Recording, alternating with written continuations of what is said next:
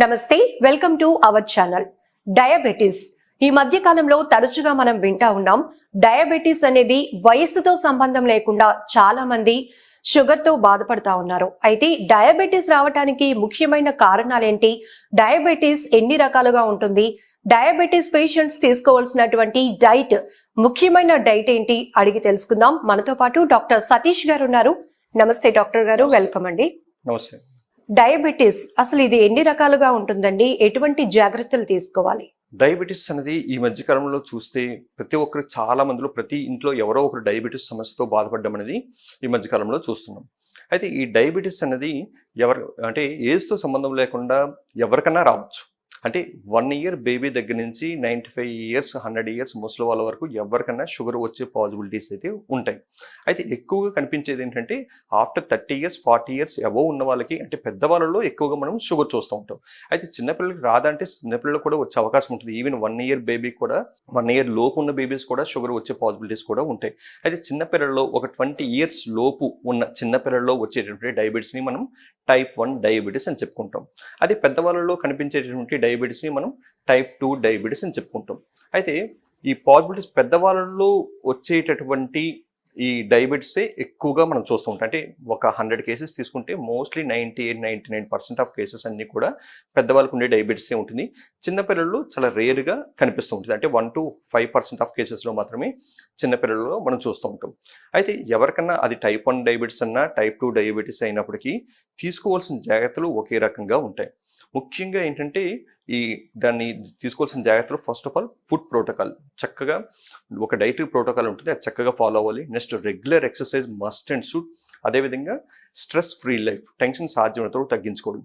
Next medicines, అది allopathy కావచ్చు, homeopathy కావచ్చు, ఆయుర్వేదిక్ కావచ్చు, మెడిసిన్స్ వాడడం.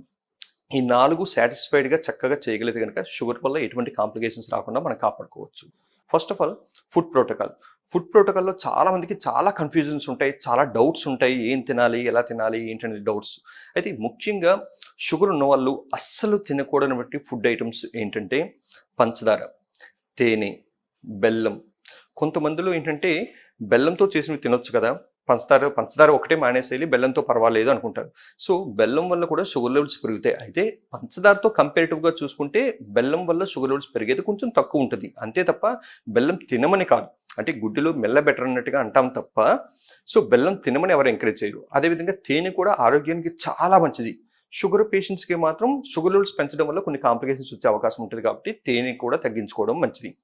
ఇలా పంచదార, తేనె, బెల్లం, స్వీట్స్, చాక్లెట్స్, బర్త్డే కేక్స్ లాంటివి, నెక్స్ట్ బేకరీలో దొరికే ఐటమ్స్, ఈ పేస్ట్రీస్, పిజ్జాస్, బర్గర్స్, ఇట్లాంటివన్నీ కూడా.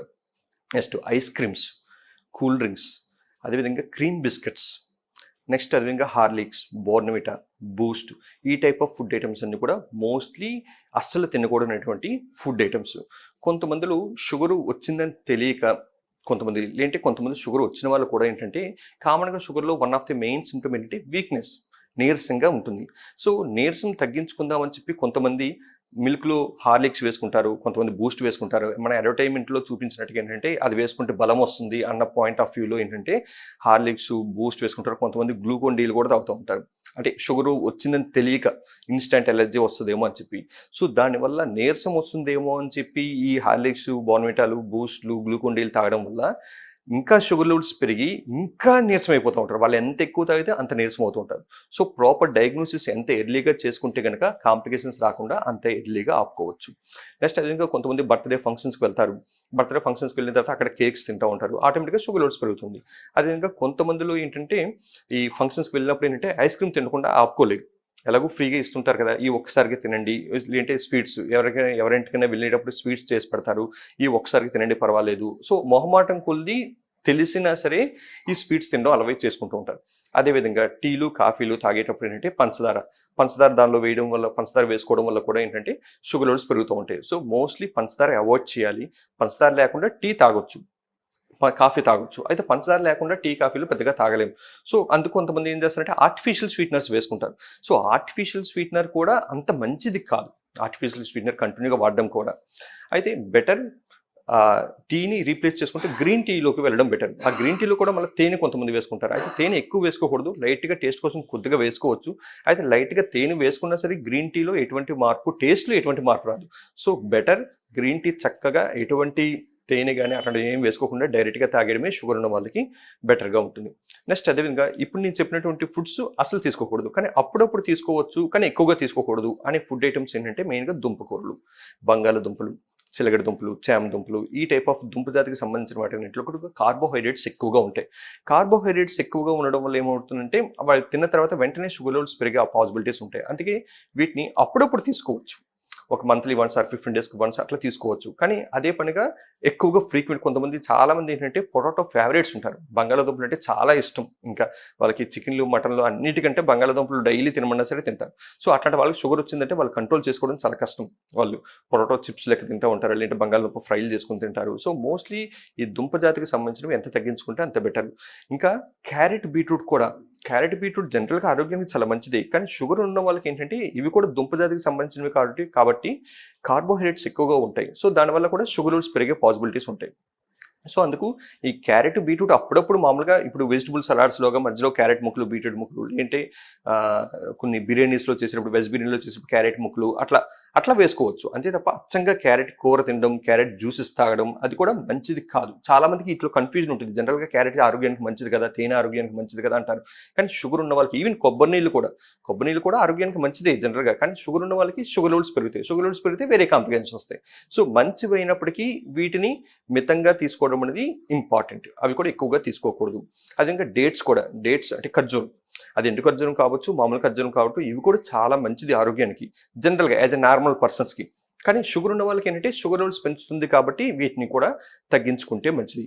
నెక్స్ట్ అన్ని రకాల ఆకుకూరలు తీసుకోవచ్చు. ఆకుకూరలో ఎటువంటి ప్రాబ్లం అయితే ఉండదు. చాలామంది ఏంటంటే అవి తినకూడదు, ఇవి తినకూడదు అంటే మరి ఏం తినాలి షుగర్ ఉన్న వాళ్ళు, అన్ని మానేయమని అంటే తినాల్సినవి చాలా ఉంటాయి, తినకూడదు 10% మాత్రమే చెప్తాం. అయితే మన దృష్టి ఎప్పుడు కూడా ఎట్లా ఉంటుందంటే మనం తినవలసిన 90% వాటి మీద ఉండడం కంటే ఏవైతే తినకూడదని చెప్తామో ఆ 10% వాటి మీదే దృష్టి వెళ్తుంది. సో అందుకు మనకి అట్లా అనిపిస్తుంది తప్ప ఇప్పుడు ఆకుకూరలు అన్ని రకాల ఆకుకూరలు తీసుకోవచ్చు. తోటకూర, బచ్చల కూర, మునగాకు, పాలకూర. అయితే జనరల్గా మనం ఇవి ఎక్కువ అసలు మనం ఫుడ్స్ లెక్కే కన్సిడర్ చేయం. అందుకే ఇవన్నీ కూడా మనం ఏంటంటే ఇవి తినవచ్చు అని చెప్పినా సరే పెద్ద సాటిస్ఫాక్షన్ ఉండదు జనరల్గా. సో ఇవన్నీ కూడా ఆకుకూరలు చక్కగా తీసుకోవచ్చు, అన్ని రకాల ఆకుకూరలు తీసుకోవచ్చు. ఏది కూడా ఈవిని గోంగూర కూడా వాతం చేస్తుంది అంటారు, అది కూడా అవసరం ఉండదు, చక్కగా హ్యాపీగా తీసుకోవచ్చు గోంగూర కూడా. అయితే ఆకుకూరలు తినేటప్పుడు కూడా ఏంటంటే ఏదో కొద్దిగా ఇప్పుడు రసం, చారు, పప్పు అవి కలుపుకొని ఏదో కొద్దిగా ఆకుకూర కొద్దిగా పెట్టుకొని ఫ్రై కర్రీ ఇలాగా తినడం, అదే ఆకుకూర తినడం అంటే అది కాదు. ఆకుకూర తినడం అంటే ఓన్లీ రైస్, ఆకుకూర అంతే ఉండాలి, ఇంకేం ఉండకూడదు. రైస్ ఒక ఫుల్ క్వాంటిటీ ఉందంటే దానిలో హాఫ్ ఆఫ్ ది మొత్తం క్వాంటిటీలో ఆకుకూర ఉండాలి. అంటే రైస్లో ఆకుకూర మొత్తం కలుపుకునేటట్టు తినాలి, అది ఆకుకూర తినడం అంటే.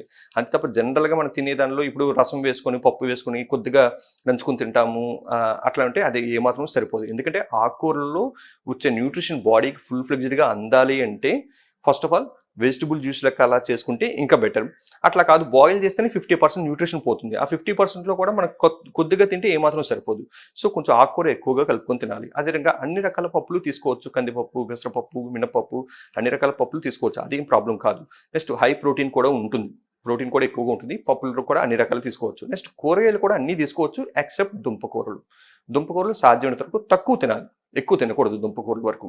నెక్స్ట్ డ్రై ఫ్రూట్స్కి వచ్చేసరికి డేట్స్ తగ్గించుకోవాలి. అంటే ఖర్జూరం సాధ్యమైనంత వరకు తగ్గించి తినాలి. అప్పుడప్పుడు కావాలంటే 1 or 2 అలా తీసుకోవచ్చు, కానీ ఎక్కువగా ఖర్జూరం ఎక్కువ తినకూడదు. మిగతా డ్రై ఫ్రూట్స్ అన్ని కూడా బాదం పప్పు, పిస్తా పప్పు, జీడిపప్పు, అంజూర, అక్రూట్ ఇట్లాంటివన్నీ తీసుకోవచ్చు. అయితే బాదం పప్పు లాంటివి ఏంటంటే రాత్రిపూట నానబెట్టి మార్నింగ్ ఒక 2-3 అట్లా తినడం వల్ల ఏంటంటే బాడీకి అబ్జార్ప్షన్, అంటే లోపల అబ్జార్ప్షన్ మంచిగా ఉంటుంది. డైరెక్ట్గా తినేదానికంటే ఇట్లా నానబెట్టుకుని తినే వాటిల్లో ఏంటంటే అబ్జార్ప్షన్ మంచిగా అవుతుంది కాబట్టి అలా నానబెట్టుకుని తినడం బెటర్. అది కూడా డ్రై ఫ్రూట్స్ ఏంటంటే ఎక్కువ తీసుకోకూడదు. డ్రై ఫ్రూట్స్ అంటే కొద్దిగా ఒక 2 బాదం పప్పు, 2 పిస్తా పప్పు, 2 జీడిపప్పు, ఒక అంజూర, ఒక అక్రూటు, 2 కిస్మిస్ అట్లా కొద్దిగా అన్ని ఒక బౌల్లో వేసుకొని అన్ని రకాల వెరైటీస్ ఒక బౌల్లో వేసుకొని స్నాక్స్ లాగా, అంటే భోజనానికి మధ్యలో కావాలంటే స్నాక్స్ లాగా తీసుకోవచ్చు. అంతే తప్ప ఒక 5-6 జీడిపప్పులు కొంతమంది టేస్ట్గా ఉంటాయని చెప్పి ఎక్కువ తింటూ ఉంటారు. అట్లా తినడం వల్ల కూడా హై క్యాలరీస్ ఎక్కువ డ్రై ఫ్రూట్స్, ఎందుకంటే క్యాలరీస్ ఎక్కువ ఉంటాయి కాబట్టి బాడీ మళ్ళీ వెయిట్ పెరిగే పాసిబిలిటీస్ అట్లాంటివి ఉంటాయి. సో మోస్ట్లీ డ్రై ఫ్రూట్స్ని ఎంత మితంగా తింటే అంత మంచిది. మంచిది అన్నప్పటికీ ఎక్కువ తీసుకుంటే ఏది మంచిది కాదు. సో ఏదైనా లిమిట్లో తీసుకుంటే మంచిగా ఉంటుంది. నెక్స్ట్ ఎక్కువగా ఈ ఫ్రూట్స్కి వచ్చేసరికి చాలామంది అసలు షుగర్ ఉన్న వాళ్ళు అసలు ఫ్రూట్స్ తింటే షుగర్ పెరిగిపోతుంది అన్న పాయింట్ ఆఫ్ వ్యూ ఉంటుంది. అసలు ఫ్రూట్స్ తినరు అసలు చాలామంది. సో అలా కాదు, ఫ్రూట్స్ తినకపోతే ఏమవుతుందంటే న్యూట్రిషన్ బాడీకి అందదు. అంటే vitamins, minerals, anti oxidant properties అనేవి ఫ్రూట్స్లో ఎక్కువగా ఉంటాయి. సో ఫ్రూట్స్ ఖచ్చితంగా తీసుకోవాలి. అయితే కొన్ని రకాల ఫ్రూట్స్ ఎక్కువ తినకూడదు. అవేంటంటే మామిడి, సపోటా, తీపి ద్రాక్ష, అరటిపళ్ళు, సీతాఫలాలు, పనస తొనలు ఇవి తినకూడదు. ఎందుకంటే కొంచెం ఇవి తింటే ఏమవుతుందంటే షుగర్ లెవెల్స్ కొంచెం తొందరగా పెరిగే అవకాశం ఉంటుంది కాబట్టి ఇవి తినకూడదు.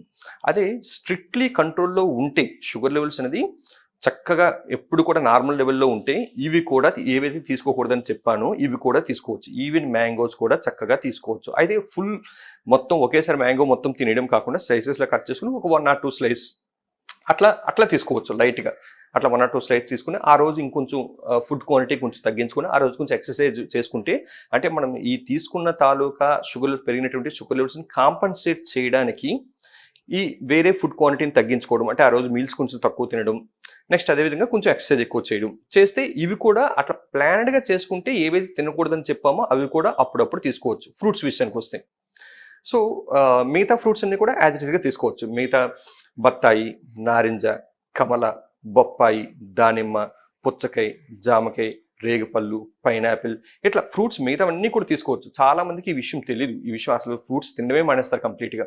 అయితే ఈ బొప్పాయి ఈ ఫ్రూట్స్ కూడా బాగా ముగ్గినవి తినొచ్చు అని చెప్పినటువంటి ఫుడ్స్ కూడా బాగా ముగ్గిన వాటిలో మళ్ళీ షుగర్ లెవెల్స్ ఎంతో కొంత ఉంటుంది. సో బాగా ముగ్గినవి కాకుండా కొంచెం కాయలా ఉన్నవి, ఇప్పుడు బొప్పాయి కావచ్చు, లేదంటే జామకాయలు కావచ్చు, ఇవన్నీ కూడా బాగా ముగ్గినవి వాటి కాకుండా కొంచెం కాయలా ఉన్న వాటిని తీసుకుంటే ఇంకా మంచిది. ఒక 2-3 తీసుకున్నా ప్రాబ్లం ఉండదు. నెక్స్ట్ పుచ్చకాయలు మొత్తం తీసుకున్నా ప్రాబ్లం ఉండదు, ఎందుకంటే దానిలో మొత్తం వాటర్ కంటెంటే ఉంటుంది, క్యాలరీస్ కూడా పెద్దగా ఉండవు. నెక్స్ట్ చాలామంది ఏం చేస్తారంటే ఈ తినవచ్చు, ఇప్పుడు బొప్పాయి తినొచ్చు అని చెప్పాం. సో కొంతమంది ఏం చేస్తారంటే బొప్పాయి జ్యూస్ లెక్క చేసుకుని తాగుతూ ఉంటారు. సో జ్యూస్ లెక్క చేసుకుని ఏ ఫ్రూట్స్ కూడా తాగకూడదు. ఫ్రూట్స్గానే తినాలి. ఒకవేళ ఇన్ కేస్ బాగా సిట్రస్ ఫ్రూట్స్, ఇప్పుడు బత్తాయి ఇట్లాంటివి ఏంటంటే కొంచెం నారింజ ఇట్లాంటివి ఏంటంటే కొంచెం డైరెక్ట్గా తినడానికి మరి పుల్లగా ఉందనిపిస్తే వాటిని మాత్రమే జ్యూస్ లెక్క చేసుకోవాలి. ఆ జ్యూస్లో కూడా షుగర్ కంటెంట్ యాడ్ చేయకూడదు. వీలైతే కొద్దిగా తేనె వేసుకోవాలి. ఐస్ మళ్ళీ మిక్స్ చేయకూడదు. అట్లా ప్యూర్ జ్యూస్ లెక్క కావాలంటే అవి తీసుకోవచ్చు. నెక్స్ట్ ఫ్రూట్స్కు ఏ సీజన్లో దొరికే ఫ్రూట్స్ ఆ సీజన్లోనే తీసుకోవాలి. ఫ్రూట్స్ కూడా అంటే ఇప్పుడు మ్యాంగోస్ జనరల్గా దొరికేవి సమ్మర్లో దొరుకుతాయి. అదే ఇప్పుడు వింటర్లో దొరికేటటువంటి మ్యాంగోస్ దొరుకుతున్నాయంటే వాటిని స్టోర్ చేసి ఇప్పుడు వింటర్లో సేల్ చేస్తున్నారు అనమాట. సో అట్లాంటి ఫ్రూట్స్ కూడా తీసుకోకూడదు. ఏ సీజన్లో దొరికే ఫ్రూట్స్ ఆ సీజన్లో చక్కగా ఫ్రెష్గా ఉంటాయి, ఆ సీజన్లో తీసుకుంటే మంచిది. నెక్స్ట్ తొక్కలతో కలిపి తినగలిగేవి తొక్కలతో కలిపి తినాలి. ఇప్పుడు కొంతమంది ఏంటంటే జామకాయలు తినేటప్పుడు పైన తొక్కలు చెక్కేస్తారు, తొక్కలు తీసి తింటారు. కొంతమంది యాపిల్ తినేటప్పుడు పైన తొక్కలు తీసేసి తింటారు. సో తొక్కల్లో కూడా మంచి nutrition properties, anti oxidant properties, ఆ కలర్ ఇచ్చేటటువంటి ఏజెంట్స్ అవన్నీ కూడా మన బాడీకి చాలా ఉపయోగం. సో తొక్కలతో కలిపి తినగలిగేవి తొక్కలతో కలిపి తింటే మంచిది, ముఖ్యంగా జామకాయలు అట్లాంటివి. నెక్స్ట్ అదేవిధంగా ఇప్పుడు కొంతమంది జామకాయలు కూడా తినేటప్పుడు ఏంటంటే కట్ చేసుకుని దానిలో ఉప్పు కారం యాడ్ చేసుకుని తింటారు. అవి కూడా మంచిది కాదు. చక్కగా హెల్దీగా తినేటటువంటి ఫ్రూట్స్ మళ్ళీ మన అన్హెల్దీ చేసి మళ్ళీ తింటున్నట్టుగా ఉంటుంది, నేచురల్గా దొరికేదాన్ని కూడా. సో అట్లా కూడా చేయకూడదు. నెక్స్ట్ అదేవిధంగా మన లోకల్గా దొరికేటటువంటి ఫ్రూట్స్, అంటే మన లోకాలిటీలో దొరికే ఫ్రూట్స్, ఏ లోకాలిటీలో పండించే ఫ్రూట్స్ ఆ లోకాలిటీలో తినడమే మంచిది. మనకు చక్కగా దొరికే జామకాయలు, బొప్పాయిలు ఇట్లాంటివి, యాపిల్స్ మన ఏరియాలో దొరకవు, ద్రాక్ష దొరకదు. సో వాటిని ఎక్కడో పండించి స్టోర్ చేసి ఇక్కడ తీసుకొస్తారు. నెక్స్ట్ అదేవిధంగా హైయెస్ట్ పెస్టిసైడ్ కంటెంట్ ఉన్నటువంటి ఫుడ్స్లో యాపిల్ ఒకటి, ద్రాక్ష ఒకటి, దానిమ్మ ఒకటి ఉంటాయి. సో వాటిని తినేదానికంటే కొంచెం ఆ పెస్టిసైడ్ కంటెంట్ వల్ల వచ్చే అనర్థాలే కొంచెం ఎక్కువగా ఉంటాయి. సో తినొచ్చు కానీ తక్కువగా తినండి, ఎక్కువగా తినొద్దు. సో ఫ్రూట్స్ అదేవిధంగా తినేటప్పుడు ఎంటీ స్టమక్స్లో తినాలి ఫ్రూట్స్ ఎప్పుడు కూడా. అంతే తప్ప ఇప్పుడు చాలామందికి అలవాటు ఏంటంటే భోజనం చేసేటప్పుడు డైనింగ్ టేబుల్ మీద ఫ్రూట్స్ పెట్టుకొని అరటిపళ్ళు అవి పెట్టుకొని, అంటే భోజనం చేసిన వెంటనే ఒక ఫ్రూట్ తినండి అనేది జనరల్గా చాలామంది చెప్పేది. కానీ జనరల్గా ఫ్రూట్స్ వల్ల వచ్చేటటువంటి 100% బెనిఫిట్ మనకు అందాలి అంటే కనుక ఎంటీ స్టమక్లో తినడం మంచిది. అంటే ఎంటీ స్టమక్ అంటే మళ్ళీ తెల్లవారుజామునని కాదు.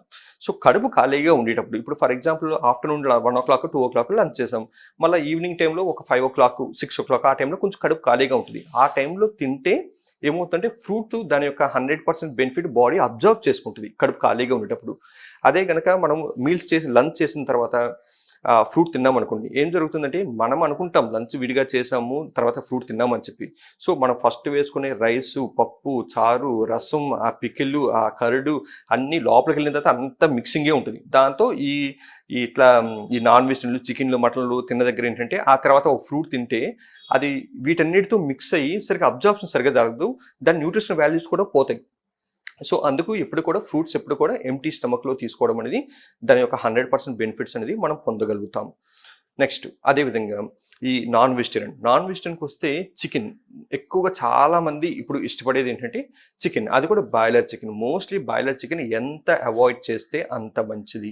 బాయిలర్ చికెన్ ఎందుకంటే వాటిని ఇప్పుడు స్టెరాయిడ్స్ ఇచ్చి కొన్ని జెంటామైసిన్ ఇంజెక్షన్స్ లాంటివి వేసి సంథింగ్ కొన్ని కెమికల్స్ లాంటివి వేసి వాటిని తొందరగా పెరిగేటట్టు చేస్తారు. సో ఆ టైప్ ఆఫ్ వాటిని మనం తినడం వల్ల ఏంటంటే ఆ ఇంపాక్ట్ మన మీద కూడా పడుతుంది. So maximum boiler chicken avoid చేయండి. నాటుకోడి తినగలిగితే కొంతవరకు పర్వాలేదు, అది కూడా స్కిన్లెస్ చికెన్ తీసుకుంటే బాడీకి ఫ్యాట్ కంటెంట్ అంటే కొలెస్ట్రాల్ లెవెల్స్ పెరగకుండా ఉంటుంది. అది కూడా లిమిట్గా తీసుకోవాలి. మటన్ కూడా తీసుకోవచ్చు, అయితే లిమిట్గా తీసుకోవాలి. ఎందుకంటే మటన్లో కొంచెం ఫ్యాట్ కంటెంట్ ఎక్కువగా ఉంటుంది, తొందరగా కొలెస్ట్రాల్స్ వచ్చే పాసిబిలిటీస్ ఉంటాయి. అంటే ఇప్పుడు ఈ చికెన్ మటన్ వల్ల షుగర్ లెవెల్స్ పెరగవు, కానీ షుగర్ ఉన్న వాళ్ళకి ఏంటంటే తొందరగా కొలెస్ట్రాల్ లెవెల్స్ పెరిగే అవకాశం ఉంటుంది. కొలెస్ట్రాల్ లెవెల్స్ పెరిగిందంటే మన హార్ట్ అటాక్స్, పక్షవాతాలు ఇట్లాంటివి వచ్చే అవకాశం ఉంటుంది. కాబట్టి సాధ్యమైనంత వరకు మటన్ అనేది కొంచెం తగ్గించుకుంటేనే మంచిది. So better to eat fish వరకు మంచిది, పర్వాలేదు. వారానికి ఒకసారైనా ఫిష్ లెక్క తీసుకోవచ్చు. అది కూడా ఫిష్ ఫ్రై కాదు, ఫిష్ కర్రీ టైప్ చేసుకుని తినాలి. నెక్స్ట్ ఎగ్ వరకు బాయిల్డ్ ఎగ్ అయితే డైలీ తీసుకోవచ్చు, అది ప్రాబ్లం లేదు. ఎగ్ మామూలుగా వండుకొని తినేటప్పుడు ఏంటంటే వారానికి ఒకసారి 2 సార్లైనా ఎగ్ వరకు పెద్ద ప్రాబ్లం అయితే కాదు. నెక్స్ట్ తినేవి తక్కువ ఎక్కువ సార్లు తినాలి. అంటే దాని అర్థం ఏంటంటే ఎక్కువ తినమని కాదు. 3 పూట్ల తినేది జనరల్గా 6 పూట్ల తినమని చెప్తాం. అంటే దాని అర్థం 6 పూటలు అంటే ఎక్కువ తినమని కాదు. 3 పూట్ల తినే క్వాంటిటీ ఆఫ్ ఫుడ్ని స్ప్లిట్ చేసుకొని 6 పూట్ల తినమని చెప్తాం. అంటే తక్కువ ఎక్కువ సార్లు. ఎందుకు ఇట్లా చెప్తామంటే ఒకేసారి ఎక్కువ తినడం వల్ల ఏంటంటే వెంటనే షుగర్ లెవెల్స్ షూట్ అప్ అవుతాయి, షుగర్ లెవెల్స్ పెరుగుతాయి. అదే తక్కువ తింటే కనుక మన బాడీలో ఇన్సులిన్ ప్రొడక్షన్ చక్కగా దానికి తగినట్టుగా రిలీజ్ అయ్యి దాన్ని కంట్రోల్లో ఉండేటట్టు చేయగలుగుతుంది అనమాట. ఇప్పుడు ఫర్ ఎగ్జాంపుల్ మార్నింగ్ 8 o'clock లోపు మనం బ్రేక్ఫాస్ట్ చేసేస్తాం. మార్నింగ్ 8 లోపు బ్రేక్ఫాస్ట్ చేసిన తర్వాత అంటే ఆఫ్టర్ 3 hours పోయిన తర్వాత అంటే 10 o'clock 11 o'clock ఆ టైంలో ఏంటంటే ఏదైనా స్నాక్స్ లాగా గ్రీన్ టీ కావచ్చు, లేదంటే ఈ డ్రై ఫ్రూట్స్ ఇందాక చెప్పినట్టుగా డ్రై ఫ్రూట్స్ కావచ్చు, అవి తినాలి. మళ్ళీ 2 o'clock అలా లంచ్ చేస్తాం. మళ్ళీ ఈవినింగ్ 4 to 5 మధ్యలో ఏదైనా స్నాక్స్ లాగా మళ్ళీ గ్రీన్ టీ కావచ్చు, ఇట్లాంటివి ఏదైనా స్నాక్స్ లాగా లైట్గా తీసుకోవచ్చు. మళ్ళీ 8 o'clock లంచ్ చేస్తే మళ్ళీ నైట్ పడుకునే ముందు ఒక 10 o'clock జనరల్గా అందరూ పడుకునే టైం కాబట్టి ఆ టైంలో గ్లాస్ మిల్క్, అది కూడా ఫ్యాట్ ఫ్రీ మిల్క్, అట్లా కొద్దిగా ఎక్కువ సార్లు తీసుకోవడం వల్ల ఏంటంటే షుగర్ లెవెల్స్ ఒక్కసారిగా షూటప్ అవ్వకుండా మనం చేసుకోగలుగుతాం. ఇది ఫుడ్ వైజ్ కొంచెం ఇట్లా జాగ్రత్తలు తీసుకుంటూ నెక్స్ట్ ఆయిల్ విషయానికి వస్తే ఏంటంటే ఒకేసారి ఎక్కువ అంటే ఎప్పుడు ఒక ఆయిల్ చాలా మంది వాడుతూ ఉంటారు. ఒక రిఫైండ్ ఆయిల్స్ ఇప్పుడు కొంతమంది సన్ఫ్లవర్ ఫేవరెట్ ఉంటారు, సఫల్ ఆయిల్ ఫేవరెట్ ఉంటారు. అట్లా ఎప్పుడు ఒక ఆయిల్ కంటిన్యూస్గా సంవత్సరాల తరబడి అదే ఆయిల్ వాడుతూ ఉంటారు. సో అది కూడా మంచిది కాదు. ఆయిల్స్ ఎప్పటికప్పుడు చేంజ్ చేసుకోవాలి, ఎందుకంటే ఒక్కొక్క ఆయిల్లో ఒక బెనిఫిట్ ఉంటుంది. సో అన్ని రకాల బెనిఫిట్స్ మనకి కావాలి అంటే కనుక ఆయిల్స్ ఒక్కొక్కటి చేంజ్ చేసుకోవడం మంచిది. సో ఉన్న వాటిలో బెటర్ ఏంటంటే ఒకటి ప్యూర్ కోకోనట్ ఆయిల్ చక్కగా దొరుకుతాయి, లేదంటే నువ్వుల నూనె, లేదంటే రైస్ బ్రాన్ ఆయిల్, ఇవి కొంతవరకు బెటర్. పామ్ ఆయిల్ అనేది అసలు ఎప్పుడు వాడద్దు, ఎందుకంటే పామ్ ఆయిల్కి బర్నింగ్ పాయింట్ చాలా తక్కువగా ఉంటుంది. ఏమాత్రం కొద్దిగా వేడి చేసినా సరే దాని నుంచి టాక్సిన్స్ రిలీజ్ అవుతాయి. అట్లాంటి టాక్సిన్స్ ఉన్నటువంటి ఆ ఫుడ్ ఐటమ్స్ తింటే తొందరగా జాయింట్ పెయిన్స్ ఇట్లాంటివి వచ్చే అవకాశం ఉంటుంది. సో ఆయిల్స్ ఎప్పటికప్పుడు చేంజ్ చేసుకుంటే తింటే మంచిది. నెక్స్ట్ అదేవిధంగా ఒకవేళ అంటే ఈ మంత్ ఒక ఆయిల్, నెక్స్ట్ మంత్ ఇంకో ఆయిల్, నెక్స్ట్ మంత్ ఇంకో అట్లా అయినా చేంజ్ చేసుకోవచ్చు. లేదంటే కనుక మార్నింగ్ టిఫిన్స్లో ఒక ఆయిల్ వాడుకోండి, మధ్యాహ్నం లంచ్లో ఒక ఆయిల్ వాడుకోండి, నైట్ డిన్నర్లో అంటే కుకింగ్ ప్రిపరేషన్లో ఒక్కొక్క ఆయిల్ వాడుకోండి. లేదంటే 2-3 ఆయిల్స్ కలిపి కూడా వాడుకోవచ్చు. ఒక్కొక్కరు ఒక్కొక్కలా ఫాలో అవుతూ ఉంటారు. అయితే బెటర్ ఏంటంటే ప్యూర్ కోకోనట్ ఆయిల్ కానీ, నెక్స్ట్ నువ్వుల నూనె కానీ, నెక్స్ట్ తౌడు నూనె అంటాం కదా, రైస్ బ్రాన్ ఆయిల్, ఇవి కొంతవరకు బెటర్. అయితే ఆయిల్ ఏది వాడినా సరే పెర్ హెడ్ పెర్ మంత్ ఒక 1/2 లీటర్ కంటే ఎక్కువ ఆయిల్ పడకూడదు పర్ఫెక్ట్గా చెప్పాలి అంటే ఫర్ ఎగ్జాంపుల్ ఇంట్లో 4 members ఉన్నారంటే పెర్ మంత్ ఏంటంటే వాళ్ళకి 2 liters ఆయిల్ సఫిషియెంట్. కానీ మన ఇంట్లో ఏంటంటే 2 liters కాదు కదా, ఆల్మోస్ట్ 10 liters వరకు కూడా వెళ్ళిపోతూ ఉంటుంది ఆటోమేటిక్గా. సో అందుకే మనం అది ఫిక్స్ చేసుకోవాలి అంటే ఆ 2 liters ఆయిల్ని మనం పెట్టుకొని ఈ 2 liters ఈ మంత్ వరకు వాడాలి అని ఫిక్స్ చేసుకుంటే ఆటోమేటిక్గా మనం లిమిట్లో వాడతాం. సో అదేవిధంగా మార్నింగ్ టిఫిన్స్లోకి వస్తే ఈ ఆయిల్స్లో వేయించేవి, ఈ పూరీలు, గారెలు, బజ్జీలు, పునుకులు ఇట్లాంటివి ఆయిల్స్లో వేయించేవి కొంతమంది తింటూ ఉంటారు. అది కూడా షుగర్ ఉన్న వాళ్ళకి అస్సలు మంచిది కాదు. బెటర్ ఇడ్లీ, లేదంటే దోశ, లేదంటే ఉప్మా, కొంచెం ఇట్లా ఆయిల్స్ తక్కువ పడేవి టిఫిన్ తింటే మంచిది. లేదు ఇంకా బెటర్ ఏంటంటే ఈ బ్రేక్ఫాస్ట్ కూడా ఈ టిఫిన్స్ కూడా అవాయిడ్ చేసి చక్కగా స్ప్రౌట్స్, మొలకెత్తన విత్తనాలు, అవి తింటే ఇంకా మంచిది. ఒక వెజిటబుల్ జ్యూస్ తాగి మార్నింగ్ టైంలో మొలకెత్తిన విత్తనాలు తింటే చాలు, ఇంకా అంతమించి వేరే టిఫిన్స్ ఏం అవసరం లేదు. లేదు అంటే కొంతమంది ఇష్టం ఉంటే కనుక మిల్క్లో ఓట్స్ వేసుకుని కొంతమంది తాగొచ్చు, లేదంటే మిల్క్లో కార్న్ ఫ్లాక్స్ వేసుకుని తాగొచ్చు వితౌట్ షుగర్ లేకుండా, వితౌట్ షుగర్. ఇట్లా బ్రేక్ఫాస్ట్ టైంలో చాలా మంది స్కిప్ చేస్తూ ఉంటారు. బ్రేక్ఫాస్ట్ ఎప్పుడు కూడా స్కిప్ చేయకూడదు. బ్రేక్ఫాస్ట్ ఎప్పుడు కూడా హెవీగా తినొచ్చు. యాక్చువల్గా బ్రేక్ఫాస్ట్ 4 ఇడ్లీ తినే దగ్గర 10 ఇడ్లీ అయినా తినొచ్చు, ప్రాబ్లం లేదు. నెక్స్ట్ అదే ఇంకా బ్రేక్ఫాస్ట్తో కంపేటివ్గా చూసుకుంటే లంచ్ తగ్గాలి, లంచ్తో కంపేటివ్గా చూసుకుంటే డిన్నర్ ఇంకా తగ్గాలి.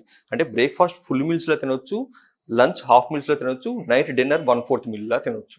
అంటే నైట్ ఎంత తక్కువ తింటే అంత మంచిది ఫుడ్. ఎందుకంటే నైట్ తిన్న తర్వాత పడుకుంటాం కాబట్టి చక్కగా నైట్ లైట్ డైట్, అది కూడా భోజనానికి కనీసం పడుకోవడానికి కనీసం 2 గంటల ముందే తినేసి పడుకోవాలి. సో ఇట్లా డైట్ వైజ్ ఇవి చక్కగా ఫాలో అవుతూ next regular exercise minimum 30 minutes అనే ఎక్సర్సైజ్ ఉండాలి బాడీకి. ఏదైనా వాకింగ్ కావచ్చు, సైక్లింగ్ కావచ్చు, స్విమ్మింగ్ కావచ్చు, యోగా కావచ్చు, మెడిటేషన్ కావచ్చు, ఏదైనా సరే మినిమం 30 మినిట్స్ బాడీకి ఎక్సర్సైజ్ ఉండాలి. నెక్స్ట్ అది స్ట్రెస్ ఫ్రీ లైఫ్. టెన్షన్స్ సాధ్యమైనంత వరకు షుగర్ రావడానికి one of the main reason అంటే స్ట్రెస్ అనేది one of the main reason. So స్ట్రెస్ని తగ్గించుకోవాలంటే డ్యూ టు మెడిటేషన్ కావచ్చు, లేదంటే స్పిరిచువల్ బుక్స్ కానీ, పర్సనాలిటీ డెవలప్మెంట్ బుక్స్ కానీ, లేదంటే పూజలు ఎక్కువ చేసుకోవడం కావచ్చు, లేదంటే ప్రాణాయామ చేయడం, నెక్స్ట్ యోగాసనాలు వేసుకోవడం, ఇట్లాంటి వాటి వల్ల కూడా స్ట్రెస్ని సాధ్యమైనంత వరకు ఓవర్కమ్ చేయొచ్చు.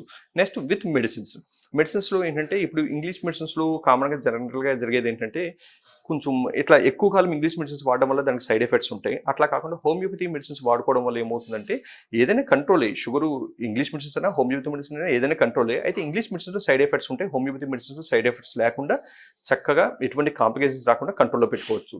సో అల్టిమేట్గా షుగర్ని మెయింటైన్ చేయాలంటే first of all diet, next exercise, next stress free life, 4th one regular medication. ఈ 4 మెయింటైన్ చేయగలిగితే షుగర్ వల్ల ఎటువంటి కాంప్లికేషన్స్ రాకుండా కాపాడుకోవచ్చు.